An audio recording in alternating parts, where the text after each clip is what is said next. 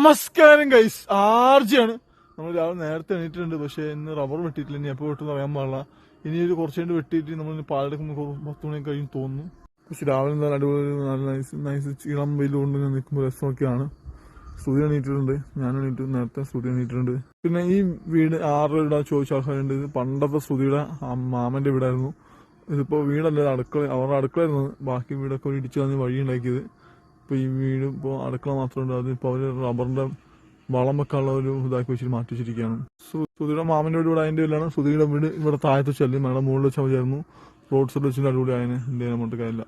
അവരൊക്കെ വിറ്റ് പോയി, നമ്മൾ വിറ്റ് വിട്ടില്ല. നമ്മളിപ്പോൾ ഇവിടെ തന്നെ താമസമുണ്ട്. നമ്മുടെ വീട് ഇതാണ്.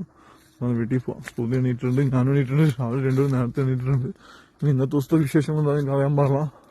റബ്ബർ ഇത്ര കണ്ടു കിട്ടിയിട്ടില്ല, ഇനി എപ്പോൾ കിട്ടുമെന്ന് അറിയാൻ പാടില്ല. ഇങ്ങനെയാണെങ്കിൽ ഇന്ന് റബ്ബർ പാലെടുക്കൽ ജോലി ഒരുപാട് ലേറ്റ് ആവും. പുതിയ രാവിലത്തെ പുട്ടിനുള്ള മാവ് കുഴച്ചോണ്ടിരിക്കുകയാണ്.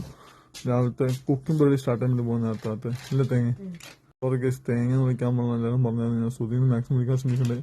പക്ഷേ എനിക്ക് പറ്റുന്നില്ല തേങ്ങ, സോറി. ആർജ പല്ലൊക്കെ തേക്കാറുണ്ട് കേട്ടോ ഗൈസ്.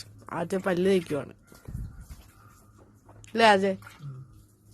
അപ്പൊ ഗൈസ് എല്ലാരും എന്നെ ഒന്ന് ഫോളോ ചെയ്ത് സപ്പോർട്ടും കൂടി ചെയ്യണം. നമ്മൾ ആ വീഡിയോ ഇങ്ങനെ കണ്ടിന്യൂ ചെയ്യണം. ആർജയുടെ പല്ല് കള്ളന്റെ കയ്യിൽ താക്കോൽ കൊടുക്കും എന്ന് പറഞ്ഞ പോലെ ശ്രുതിയുടെ കയ്യിൽ തേങ്ങ കൊടുക്കുന്നത് ചെരണ്ടാനായിട്ട്. പകുതി ശ്രുതിയുടെ വായിലായിരിക്കും. വായിൽ പോയി തുടങ്ങിയോ? പോയി തുടങ്ങിയിട്ടില്ല, കുറച്ചുകൂടെ പോയി തുടങ്ങുള്ളൂ. അപ്പൊ പുട്ടും പപ്പടമൊക്കെ ആയിക്കൊണ്ടിരിക്കുകയാണ്. പുട്ടാവട്ടെ, പപ്പടം പുറത്ത് വെച്ചിട്ടുണ്ട്. മിക്കവാറും കാറ്റാവും തോന്നുന്നു. അതിന് മുമ്പായിട്ട് പുട്ടായ ഓക്കെ ആയിരിക്കും അല്ലേ ശ്രുതി?